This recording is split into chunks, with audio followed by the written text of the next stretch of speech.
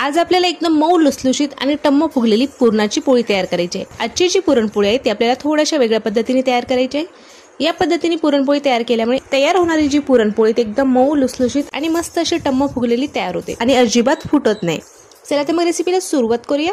पुरणपोळी बनवण्यासाठी या ठिकाणी आपल्याला सर्वात अगोदर चण्याची डाळ शिजवून घ्यायची आहे। या ठिकाणी आपण 2 वाट्या चण्याची डाळ घेतलेली आहे। डाळ आता आपल्याला छान स्वच्छ अशी धुवून घ्यायची आहे। हाताने चोळून आपल्याला ही डाळ छान स्वच्छ अशी धुवून घ्यायची आहे। 2 ते 3 पाण्याने मी ही डाळ छान स्वच्छ अशी धुवून घेतलेली आहे। तर या ठिकाणी मी डाळ भिजत न घालता लगेचच ही डाळ शिजवून घेणार आहे।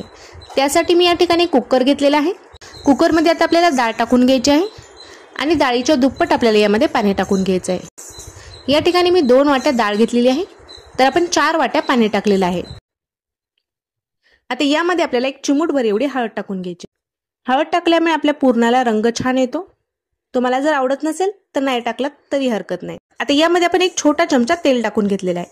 तेलामुळे आपली जी डाळ आहे ती उतू येत नाही। आता आपल्याला या ठिकाणी ही डाळ छान शिजून घ्यायची आहे। कुकरचं झाकण बंद करून आपल्याला कमी गॅसवरती याच्या 4 शिट्ट्या काढून घ्यायच्या। 4 शिट्ट्यामध्ये आपली डाळ छान मऊ अशी शिजते। आपलं पुरण शिजत आहे तोपर्यंत आपल्याला या ठिकाणी कणिक मळून घ्यायची आहे। 2 वाटी आपण या ठिकाणी गव्हाचं पीठ घेतलेलं आहे आणि 1 वाटी आपल्याला या ठिकाणी मैदा वापरायचा आहे। मैदा टाकल्यामुळे आपल्या ज्या पोळ्या त्या फुटणार नाहीत आणि एकदम मऊ तयार होतील। तुम्हाला जर मैदा टाकायचा नसेल तर तुम्ही पूर्णपणे गव्हाचं पीठ वापरू शकता। आता आपल्याला हे पीठ चाळून घ्यायचं आहे। आता या पिठामध्ये आपल्याला तेलाचा वापर अजिबात करायचा नाहीये। तेल न टाकताच आपल्याला हे पीठ मळून घ्यायचं आहे। पिठामध्ये आपल्याला थोडंसं मीठ टाकून घ्यायचं आहे। पीठ मळण्यासाठी आपण या ठिकाणी पाणी घेतलेलं आहे। पाण्यामध्ये आपल्याला हळद टाकून घ्यायची आहे। हळदीमुळे आपल्या पोळीला छान पिवळा रंग येतो। पिठामध्ये जर आपण हळद टाकली तर ती व्यवस्थित मिक्स होत नाही, कुठे कमी किंवा कुठे जास्त होऊ शकते। त्यासाठी पीठ मळताना आपल्याला पाण्यामध्येच हळद टाकून घ्यायची आहे। सर्व पिठाला आपल्या एकसारखा असा रंग येतो, त्यासाठी आपण पाण्यामध्येच हळद टाकून घेतलेली आहे। पाण्यामध्ये हळद टाकल्यानंतर आपल्याला पाण्याला छान मिक्स करून घ्यायचं आहे आणि थोडं थोडं पाणी टाकत आपल्याला घट्टसर असं पीठ तयार करून घ्यायचं आहे। जास्त पातळ किंवा जास्त घट्ट न चुरता रेग्युलर आपण पोळीसाठी जसं पीठ बनवतो सेम तसंच पीठ आपल्याला या ठिकाणी तयार करून घ्यायचं आहे। खूप जर पातळ केलं तर पोळ्या व्यवस्थित लाटल्या जात नाहीत। पोळी पाटाला पोळी चिटकून फाटू शकते आणि एकदम घट्ट जर आपण कणिक मळलं तर आपल्या ज्या पोळ्या आहेत त्या कडक होऊ शकतात। त्यासाठी आपल्याला मीडियम असं छान कणिक मळून घ्यायचं आहे। अशा पद्धतीने मी हे पीठ मळून घेतलेलं आहे।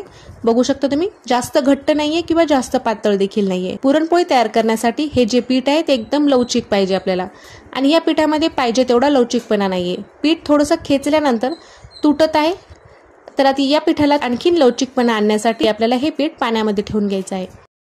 पीठ आपल्याला एखाद्या कॉटनच्या कपड्यामध्ये बांधून ठेवायचं आहे आणि हे पीठ आपल्याला एका भांड्यामध्ये ठेवून यावरती पाणी टाकून घ्यायचं आहे।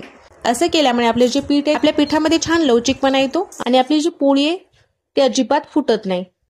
त्यासाठी आपल्याला अशा पद्धतीने हे पीठ भिजवून घ्यायचं आहे। आता अर्ध्या घंट्यासाठी आपल्याला हे कणिक असंच पाण्यामध्ये ठेवायचं आहे। कमी गॅसवरती मी याच्या 4 शिट्ट्या काढून घेतलेल्या आहेत आणि कुकर पूर्णपणे थंड करून घेतलेला आहे। चण्याची जी डाळ आहे ती छान शिजलेली आहे। एकदम मऊ अशी आपली ही डाळ शिजलेली आहे। आता आपल्याला ही डाळ एका चाळणीवरती काढून घ्यायची आहे। चाळणीवरती आपण डाळ टाकून घेतलेली आहे। यामध्ये जे एक्स्ट्राचं पाणी आहे ते आपल्याला कटाच्या आमटीसाठी साईडला काढायचं आहे। आता यामधील जे पाणी आहे ते मी काढलेलं आहे आणि थोडीशी डाळ देखील आपल्याला यामध्ये टाकून घ्यायची आहे। साखर किंवा गूळ टाकण्याच्या अगोदर आपल्याला यामधील जी डाळ आहे ती देखील आपल्याला आमटीसाठी थोडीशी साईडला ठेवायची आहे। आता आपण हा कट काढून घेतलेला आहे। आता आपल्याला हे पुरण गाळून घ्यायचं आहे। तर या ठिकाणी मी चाळणीनेच हे पुरण गाळून घेणार आहे। एकदम बारीक असं आपलं हे पुरण तयार होत आहे। सर्व पुरण मी या ठिकाणी चाळणीने गाळून घेतलेलं आहे। आता यामध्ये आपल्याला गूळ टाकून घ्यायचा आहे। या ठिकाणी आपण जेवढी चण्याची डाळ घेतलेली आहे तेवढाच मी या ठिकाणी गूळ घेतलेला आहे। तर आपण या ठिकाणी 2 वाट्या चण्याची डाळ घेतलेली आहे, तर 2च वाट्या मी या ठिकाणी गूळ देखील घेतलेला आहे। गूळ मी या ठिकाणी बारीक असा चिरून घेतलेला आहे। आता हे गूळ आपल्याला पुरणामध्ये टाकून घ्यायचं आहे आणि पुरण आपल्याला छान आटवून घ्यायचं आहे। गॅसवरती आपण कुकर ठेवलेला आहे। कुकरमध्येच मी हे पुरण गरम करून घेणार आहे। 10 मिनिटांमध्ये आपले जे पुरण आहे ते छान तयार होतं। कमी गॅसवरतीच आपल्याला हे पुरण गरम करून घ्यायचं आहे। आपले जे पुरण आहे ते खाली करपणार नाही। 7 ते 8 मिनिट झालेले आहेत। आपले जे पुरण आहे ते बऱ्यापैकी घट्ट झालेलं आहे। 1 छोटा चमचा मी या ठिकाणी वेलची पावडर टाकून घेत आहे। त्याचबरोबर या ठिकाणी आपण 1 जायफळ घेतलेलं आहे, ते जायफळ देखील आपल्याला किसून टाकायचं यामध्ये। जायफळ मी या ठिकाणी किसून घेतलेलं आहे। 1 छोटा चमचा आपण किसलेलं जायफळ टाकलेलं आहे। जायफळामुळे आपल्या पुरणाला खूप मस्त अशी चव येते आणि पुरण बाधत देखील नाही. आपल्याला हे पुरण परत 2 मिनिट छान गरम करून घ्यायचं आहे. बघू शकता तुम्ही आपले जे पुरण आहे ते आता छान घट्ट झालेले आहे. कुकरपासून सेपरेट होत आहे. आपले जे पुरण आहे ते छान घट्ट झालेलं आहे. थंड झाल्यानंतर हे पुरण आणखीन घट्ट होतं. अशा पद्धतीने आपण पुरणाला चटका देऊन घेतलेला आहे. आता आपल्याला हे पुरण एका भांड्यामध्ये काढून घ्यायचं आहे. अर्धा घंटा झालेला आहे आणि आपले जे पीठ आहे ते देखील छान भिजलेलं आहे. पाण्यामधील जे पीठ आहे ते आपल्याला बाहेर काढून घ्यायचं आहे. आता यामध्ये काही पाणी असेल ते आपल्याला थोडंसं दाबून काढून घ्यायचं आहे. आता हे पीठ आपल्याला परत एकदा थोडंसं मळून घ्यायचं आहे. रुमालाला अजिबात पीठ चिटकलेलं नाहीये. एकदम मऊ असं आपलं हे पीठ भिजलेलं आहे. आता आपल्याला या पिठाला परत एकदा मळून घ्यायचं आहे. एक अर्धा चमचा आपल्याला यामध्ये तेल टाकून घ्यायचं आहे आणि आपल्याला हे पीठ मळून घ्यायचं आहे. आता तेल टाकल्यानंतर मी पीठ छान मळून घेतलेलं आहे. पहिल्यापेक्षा या पिठामध्ये भरपूर लवचिकपणा आलेला आहे. पीठ खेचल्यानंतर अजिबात तुटत नाहीये. अशा पद्धतीने पीठ मळल्यानंतर आपल्या पोळ्या अजिबात फुटत नाहीत. आपलं जे पुरण आहे ते देखील थंड झालेलं आहे. पोळीला लावण्यासाठी मी या ठिकाणी सुकं पीठ घेतलेलं आहे. पिठाचा आपल्याला एक छोटासा गोळा घ्यायचा आहे. पिठाच्या गोळ्यापेक्षा दुप्पट आपल्याला पुरणाचा गोळा घ्यायचा आहे. थोडंसं सुकं पीठ लावायचं आहे आणि वाटीसारखं आपल्याला याला आकार देऊन घ्यायचा आहे. तयार केलेल्या पारीमध्ये आपल्याला पुरणाचा गोळा ठेवायचा आहे. पुरण आपल्या आतमधल्या साईडने दाबून जे पीठ आहे ते आपल्याला वरच्या बाजूने बंद करून घ्यायचं आहे. अशा पद्धतीने आपण हे पीठ बंद करून घेतलेलं आहे. या पिठाचा आपण एक गोळा तयार करून घेतलेला आहे आणि वर जे एक्स्ट्राचे पीठ आहे ते आपल्याला वरच्या बाजूला दुमडून घ्यायचं आहे. हातावरतीच आपल्याला हे पीठ थोडंसं पसरून घ्यायचं आहे.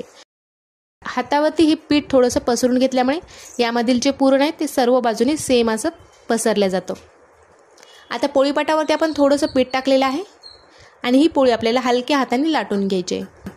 तुम्हाला जर डायरेक्ट पोळीपाटावरती पोळी लाटता येत नसेल तर तुम्ही एखादा कपडा वापरू शकता किंवा एखादा पेपर वापरू शकता. हलक्या हातानेच आपल्याला ही पोळी लाटून घ्यायची आहे. पातळ अशी आपल्याला ही पोळी लाटायची. हलक्या हाताने पोळी लाटल्यामुळे आपली जी पोळी आहे ती छान टम्म फुगते आणि अजिबात फुटत देखील नाही. आणि पुरण जे आहे ते देखील आपल्या पोळीमध्ये सगळ्या बाजूने सारखं असं पसरलं जातं. बाकीच्या पोळ्या देखील मी याच पद्धतीने तयार करून घेणार आहे. पोळी लाटतानाच आपल्याला गॅसवरती तवा ठेवायचा आहे तापवण्यासाठी. तवा छान तापलेला पाहिजे. नंतरच आपल्याला तव्यावरती पोळी टाकून घ्यायची आहे. फुल गॅसवरतीच आपल्याला ही पोळी भाजून घ्यायची आहे.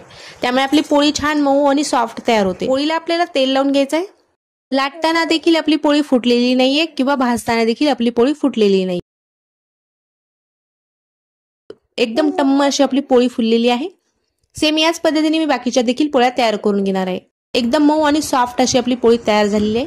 पोळी ठेवायची जी टोपली असते त्यामध्ये आपल्याला या पोळ्या टाकून घ्यायच्या आहेत. यामधील जे वाफ आहे ते आपल्याला पूर्णपणे काढून घ्यायचे. त्यामुळे आपल्या पोळ्या दिवसभर मऊ राहण्यास मदत होते. सर्व पोळ्या मी अशाच पद्धतीने तयार करून घेणार आहे. बघू शकता तुम्ही दुसरी देखील पोळी आपली छान टम्म अशी फुगलेली आहे आणि एकदम मऊ अशी झालेली आहे.